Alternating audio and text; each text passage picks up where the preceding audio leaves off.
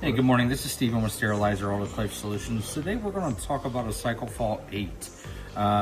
Sometimes when a cycle fault 8 comes in, it's as simple as making sure that your distilled water bottle weight and the hose is not kinked and or touching the bottom or the side of the bottle. So I'll kind of do a demonstration of what I'm talking about. Inside your kit, you'll have this blue hose. You'll have the cap that goes with it. You'll have the weight and then a weight stopper. And what this is once you slide, you'll slide the stopper up to the top. This goes on top of your plastic bottle. You'll slide your weight on. Once you have your weight on, you'll take your rubber ring and slide on your weight stopper.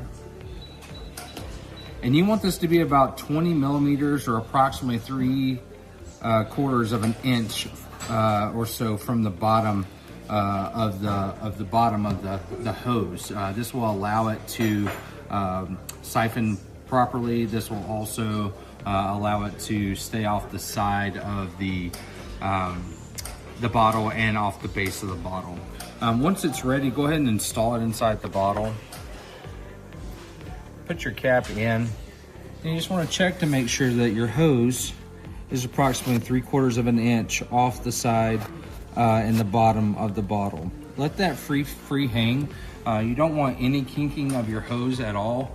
This will give you a cycle fault 8 error, which is not allowing water to be drawn inside of your water pump. So you will see these errors happen.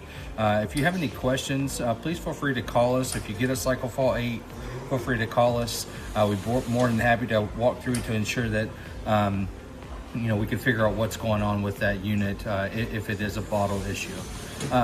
Our number here is 704-966-1650, option 3 for technical support. Again, that number is 704-966-1650, option 3 for technical support. Thank you very much. Have a great day.